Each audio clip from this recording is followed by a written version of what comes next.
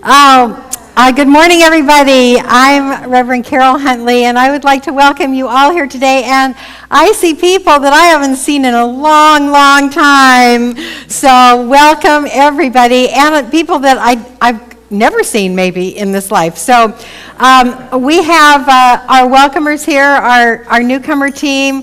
They have a packet that tells you information about our community, and for you to feel right at home and to understand a little bit about what we're about. If you're here for the first time or back after a long time, could you just raise your hand so we can give you a packet? That's all we ask you to do, and then of course I would love to meet you at the end of service so much. A warm welcome also today for everybody online. So those of you in foreign countries and those of you in Marin in your jammies, welcome. So you are here at the Golden Gate Center for Spiritual Living, and our vision is awakening personal transformation, which you had a little, a kind of a big encouragement for with that music and that prayer, Janet. And our mission is teaching tools for positive change, so we're going to give you some of those today to make your life better. We have a global vision for this whole year that we are winding down. We've got November and December that is a world that works for everyone, and then hopefully we've made it. We've made the world that works for everybody, and we can go on. So as we have gone through this year, I've kind of refined what I think that looks like, and this is what I've come up with for November. A world where all races, nationalities, financial statuses, ages, genders, people with differing religions, political persuasions, eating habits, and sexual preferences feel comfortable at home, and that they have a reasonable expectation that their needs and the needs of their family and friends can be met. That's what I want to co-create. That is a world that works for everybody. And so what we're talking about in November here is this wonderful concept called wholeness. And in Janet's prayer, she prayed the words, whole, complete, and perfect. So this is really wonderful because we've come from a month where we were talking about personal transformation and global transformation. And now we're at the time of the election where I believe that all of this energy that I'm feeling and that everybody is feeling, which is it's kind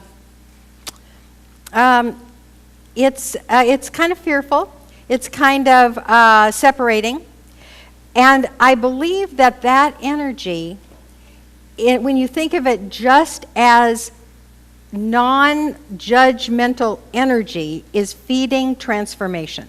That's what I believe.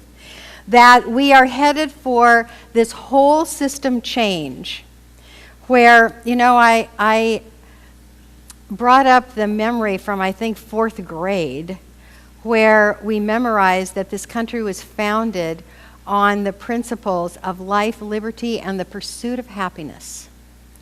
And that is a world that works for everyone as well, where everyone feels that they are living the life they came to live, that they are free to do that, and that they are free and capable of pursuing happiness. And so when we see something that is counter to that, what I say to myself is, this is what healing looks like. This is what healing looks like.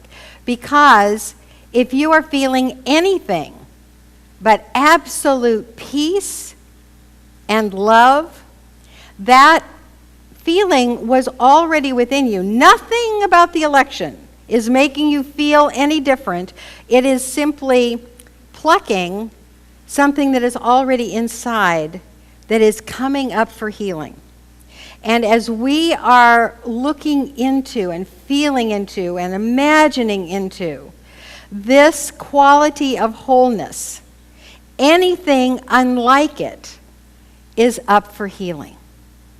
That is our principle at work.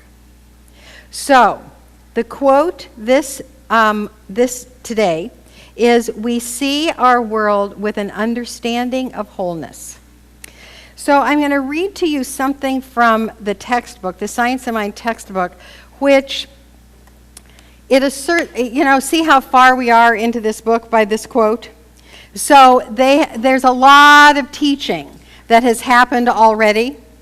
So the quote that I'm going to read to you is can feel like an advanced teaching, but I'm going to do it anyway, and then we're going to unpack it. The thing that we are looking with is the thing we have been looking for. That is why it is written, I have said ye are gods, and all of you are children of the Most High. That's from Psalms. We have stopped looking for the law. We have found it. We have found the law and demonstrated it. We find that both the law and the Spirit are limitless. And what is it we need for greater freedom? Nothing but a greater realization of what we already know. How are we to get it? Only by penetrating deeper and yet deeper into our own divine nature, pushing further and further back into the infinite. Where are we to do this? There is no place except within that we can do it. Who is to do it for us? No one. We do it for ourselves. So when it says we have found the law and we have demonstrated it, and that the law is limitless, for those of you who are new or need reviewing, that law really is, it is done unto us as we believe. That's the law. The law is we think into, what we perceive, what we think about, what we look for, what we assume is true, actually feels true to us. And we can't look to the outside for confirmation of that. We only look, there is no place except within that we can do this work. And miraculously, when we do the work within, which is what I'm talking about this morning, the world transforms. And that is really the only way that it transforms. So the teaching also is that at our essence, each one of us, you and everybody else, is whole, complete, and perfect, lacking nothing. So, are we feeling that all the time? I'm not so much.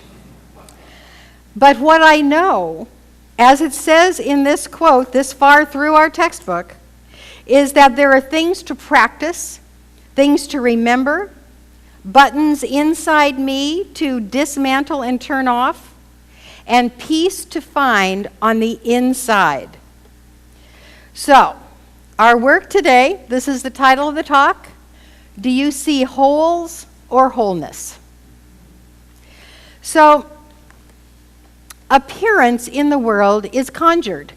That's a magical word. It's like poof, you can conjure something, but actually that is what we do with reality, whatever reality is. If we see fear and separation, we conjure it in the world, and the world shows it to us. And so when we do the work within, it is to seek and find the wholeness, the perfection, and the completeness of God within us. And then it is the most it can't be any other way that we see that perfection in the world. So take a deep breath and look at the altar. This is a Gailya Magdalena altar, and it reminds me of the lilies of the field. When we look at the perfection and the beauty of nature that does nothing but just bees beautiful, it reminds us that that is the natural way of things. Our work is to look at everybody and see as beautiful as the lilies of the field. So you ready to do this work today? Yes. Me too. Okay. So we're going to talk first about the nature of wholeness. All right? So the first thing about the nature of wholeness is that it lacks nothing. Whole, that's what the whole is. It's whole. There isn't any parts that are left out. If they were left out, the wholeness would go and pick them and put them in the hole. So, the WHOLE. So, there is nothing left out in the world. There's nothing left out of the universe. There's nothing left out of your life. There's nothing left out of you that is not about your wholeness and perfection. And that goes for the experiences that you have in the world too. They're all perfect, whole, and complete as well. And mostly when things are perfect, whole, and complete, they feel really good. Sometimes things are perfect, whole, and complete on the outside, like some of the things that are happening in the world right now. And what we are inspired to do is change ourselves on the inside. That is perfect as well. So if any of you at this point, early in the talk, have the experience of saying, well, yes, but that sounds very nice, Reverend Karyl. However, in my life, blah, blah, blah, blah, blah. So you're looking for holes with the H when you say yes, but. And you know what? You're going to conjure them and find them. And then the wholeness of life is going to appear incomplete for you in its wholeness. Do you get that? You can make it look like anything. And in the wholeness of God, God just says, yes, I guess you want to experience that. Okay, here it is. So the basic, simple, frustrating, enraging, and amazing truth is that it is done unto you as you believe. And the work in this denomination, which I have been doing all my life, and which I see no reason to do pretty much any other work, is to manage our mind. Manage our mind, live the high truth, and follow it with action. That's it. I mean, well,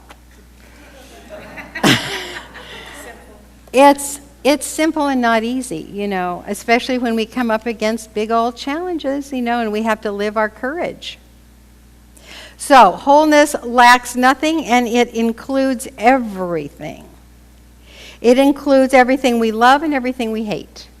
It includes everything we judge, everything we wish weren't here, but we conjure it anyway. So what I'm doing at this late stage in the election, and I'm sorry if some of you are completely okay with this election and whatever, and have worked through all of this. But for me, I'm at the stage now where I'm saying, if the candidate I want wins, if the candidate I want loses, if the candidate I don't want wins, and if the candidate I don't want loses, all of that, all of those four possibilities, can I envision perfection in each one of them?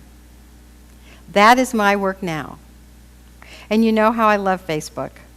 And so one of my friends this morning, I checked on Facebook, of course, before I reviewed my talk to see if there was anything I needed to include it for you.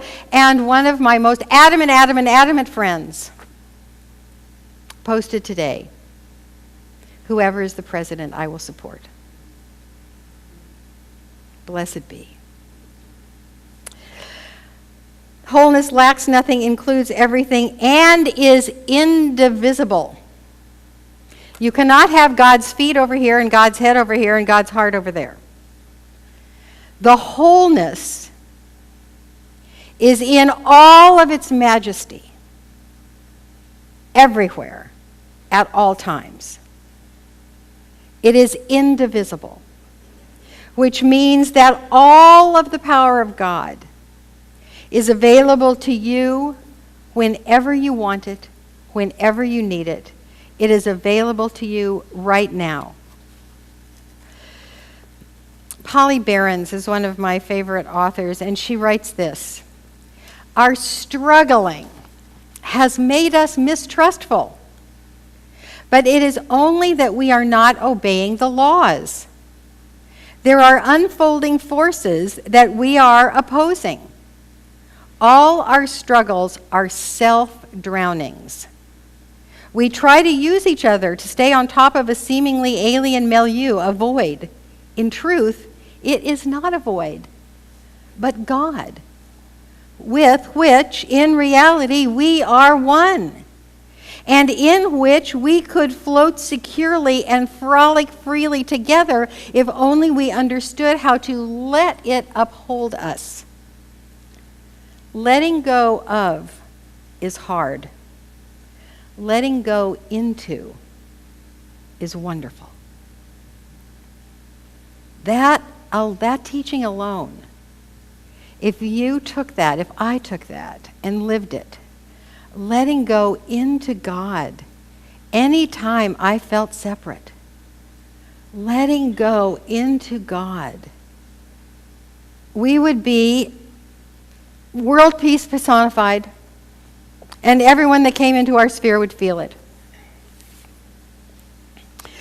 Okay.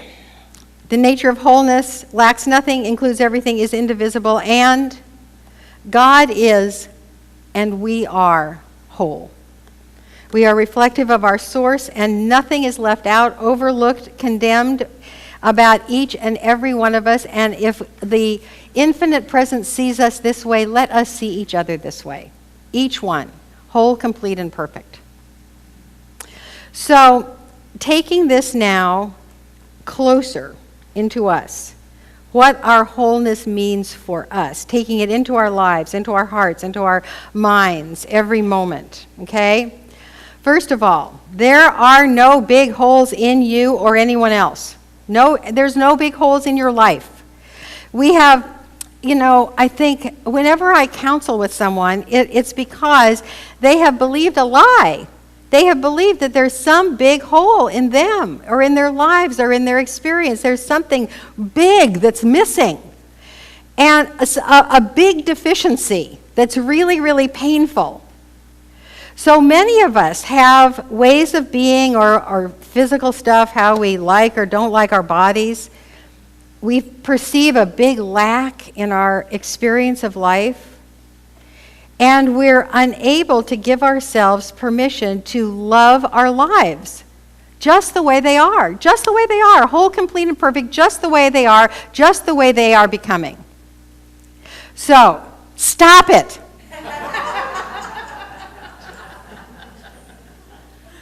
Stop it. I know what happens, and it's a model that was given to us as children. It's like we did something bad, and so we're punished. That's the punishment model that we have internal. Now we don't have our moms to say we've done something wrong. We have, if we're still suffering from this big whole thing, we take this right into our adult life and say, this is a raging deficiency in me, and I'm going to hate myself forever for it, because somehow this model of punishment is, if I stand in the corner long enough, then, it's kind of evened out, and I can go and play again. But in adulthood, we never pay enough. And so we keep hating ourselves for this hole we can't fill. That's the model that we need to completely throw out. There's no big hole in you. And if there is some practice or some skill or some way of being that wants to be changed in you, forgiveness is the way to make it malleable, not self-hate. So stop it. Repeat after me. There are no big holes in me. There are no big holes in me. Absolutely. Okay. I agree with you. Okay. There are no small holes. No, stop it. No. I'm going to talk now. Okay. So it would seem that small holes should annoy us less than big holes, but that's not the truth. Big holes, small holes, they're all kind of in this arena of wholeness is not there. And this can be in you or in your experience. So I'll tell you a quick story about, I've never told you a story about the home that I grew up in from about 10 to college age. It was outside of Tucson, and my stepdad, the man that my mother married when I was 10, demolished some apartment houses in old brick buildings in downtown Tucson so that he could put a parking lot there. And he was in parking in Tucson. That's what he did. He was in parking. So he had, I know, isn't that a strange career, parking? But he was. So he had a mountain of wonderful bricks. Up to the ceiling here of wonderful bricks that he and helpers, cut the cement off. He'd put a brick on his leg here with a little sledgehammer thing and tunk the cement off, and then our whole house was built of used brick, which at the time, I guess still maybe, is fabulous. It's fabulous. Beautiful, beautiful. All the walls were brick or wood paneled. So this beautiful brick color, except there was one brick that was laid that was bright red, right in the dining room, where the person at the head of the table looked right into that red brick, the one red brick in the whole house. Well, some of my family members, the whole house was ruined because of that one red brick.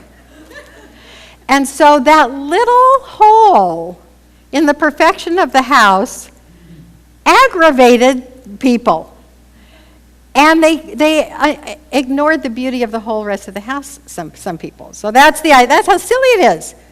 Little holes, big holes, none of them, okay? I have a lot more to say here. So there is no separation from our good, from love, from fulfillment, nothing except the barriers that we put up. And when we decide to turn ourselves away from the barriers and turn towards the good is always there. Any moment of your life, no matter what you are suffering, if you were willing and you had somebody there to say what is wonderful right now, you could come up with it. You could turn to it. You could say, I'm digesting my breakfast. That's wonderful. It's always there. There is supreme unity and oneness. We can spend this unity living into the unity, or we can live our unity by seemingly being unified with lack of some sort. Do you see what I mean? We can say, I'm unified with lack, and that's how I'm spending my unity. How silly is that? But that's what we do. Whenever we perceive lack and love it and talk about it and moan over it, that's what we're doing. We're spending our unity by being unified with lack. We are connected to all we will ever need. By fully accepting that it's there, whatever it is, and that you want it, need it, it would make your life better, and the desire is planted there by God, and you see no reason to keep it from you. Literally, the universe bends to you and brings you that experience. And I know it's hard to see that sometimes, but here's how you do it. And that's the next and last teaching slide, how to access the wholeness. Are we there? Yes, we are. All right, I'm going to read this. How do we get it? To it. Only by penetrating deeper and yet deeper into our own divine nature, pushing further and further back into the infinite. Where are we to do this? There is no place. This is in capitals. This is Ernest Holmes screaming. There is no place except within that we can do it. Who is to do it for us? No one. We do it for ourselves. So spiritual practice helps us penetrate deeper. And spiritual work is like any other work. The more we do it, the better we get. And so what happens is our meditation gets sweeter. Our prayers become more satisfying. Our reading becomes a necessity. Giving, it becomes second nature. And just to review, the practices that we teach all the time are meditation, prayer, reading, service, and giving. That's it. Over and over and over again. We access the wholeness by opening. So if you've noticed, when you are focusing on the holes the perceived holes, when you are focusing on the perceived separation, when you are focused on the fear that has been offered to you, what happens is you fold in on yourself. You feel alone. You start believing the lie that you are not connected with your good and with everyone else. And as scary as it feels to take a deep breath and open, that is the beginning of the healing. Opening into God, letting go into God, letting go into what beats our heart. We don't need to protect ourselves, and it doesn't work anyway. That the whole universe is within us. In the textbook, just a few pages beyond where we were, it says, "The divine presence does not force itself upon any. It stands at the door and knocks. We must open if we are to receive." That's screamed also. We must open if we are to receive. No one ever walks life's road alone. There is ever another who walks with him. This is his inner self, her inner self, the undying reality, which his and her personality but poorly emulates. Let us learn to be still and let the truth speak through us, to be still and know that the inner light shines. And then we continue to seek. If an answer is not in our awareness immediately, if a demonstration is not in our awareness immediately, we don't stop. We stay open, we stay available to God. Franz Kafka said this, and I love it. "You do not need to leave your room. Remain sitting at your table and listen." Do not even listen. Simply wait. Be quiet, still, and solitary. The world will freely offer itself to you to be unmasked. It has no choice. It will roll in ecstasy at your feet.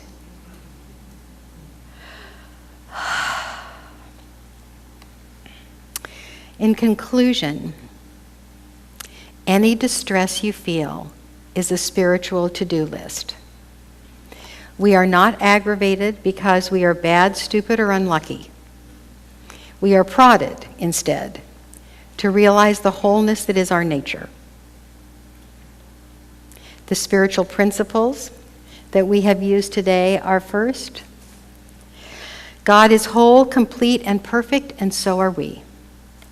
And our good is always at hand. The spiritual practice that you and I need to do is to deepen that spiritual practice, whatever it is. And so for the inner work, I would like to take this lesson and do a prayer for our country.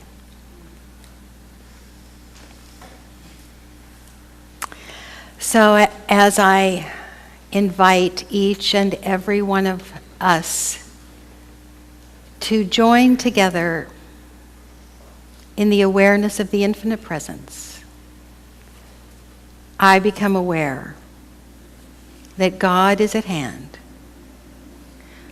the source of everything, the source of all divine qualities, the source of all good, that essence of life that is whole, complete, and perfect, is here and everywhere.